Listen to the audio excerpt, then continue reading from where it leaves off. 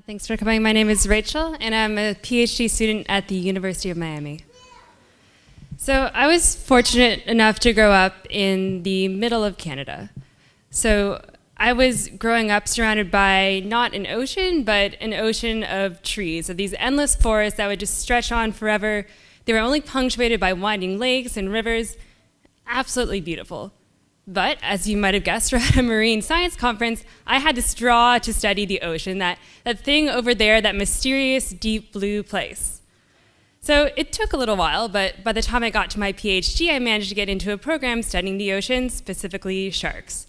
Now, I had never seen a shark at this point, but they seemed, intellectually like a very compelling subject and a great way to spend 5 years. So I moved myself down to Miami, which, if you're not familiar, is in the very southern end of the United States. So Canada up here, down to the United States. Very hot.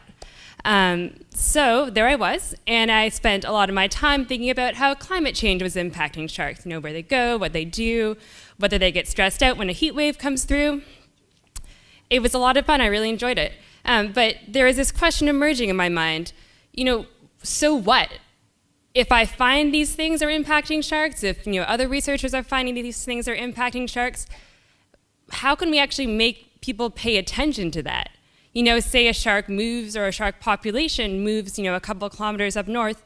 Why does that matter to someone who's writing laws? How can we make them do something about it? Well, let me tell you a little bit more about Miami.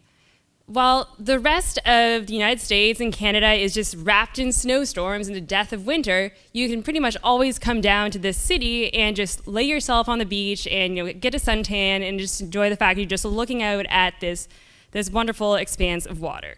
So Miami gets a lot of its money from these tourists coming down just to enjoy the fact that they're literally sitting on a beach looking at the water.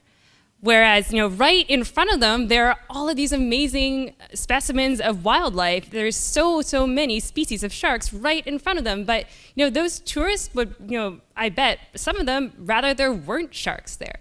Because, as I'm sure a lot of you know, our society has these fears towards sharks and these preconceptions about them.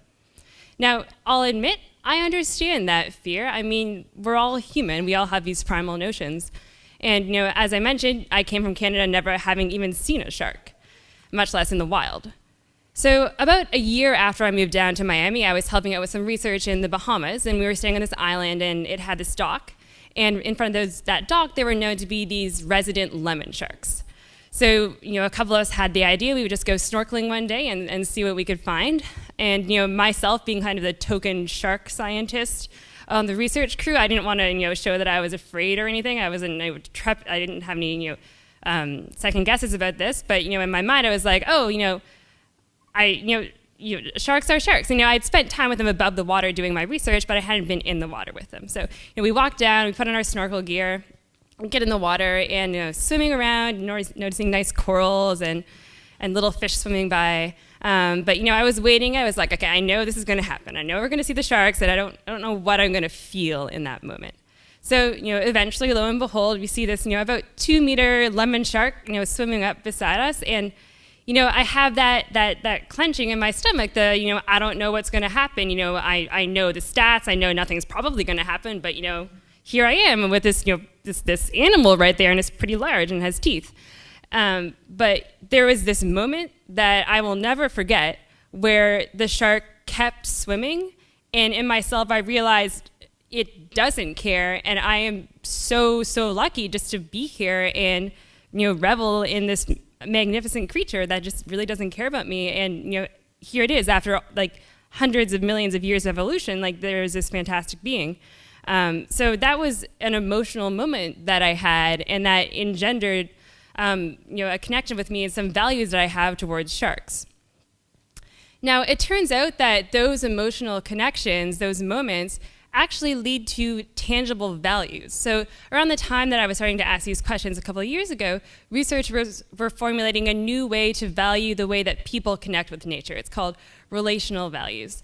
So I had kind of, in asking these questions, I've recently stumbled across this field, and I'm starting to apply this to my own work. So how can we, look at these emotional connections that anyone who encounters sharks or other wildlife, marine wildlife, look at those connections and think about tangible values. So this can be anything like a sense of identity, a sense of who you are, a sense of who a community is, a desire to conserve a non-human species, notions of stewardship. So when children encounter sharks in aquariums, they're having a connection with that animal, they're encountering it, and this is helping to foster their desire to conserve nature.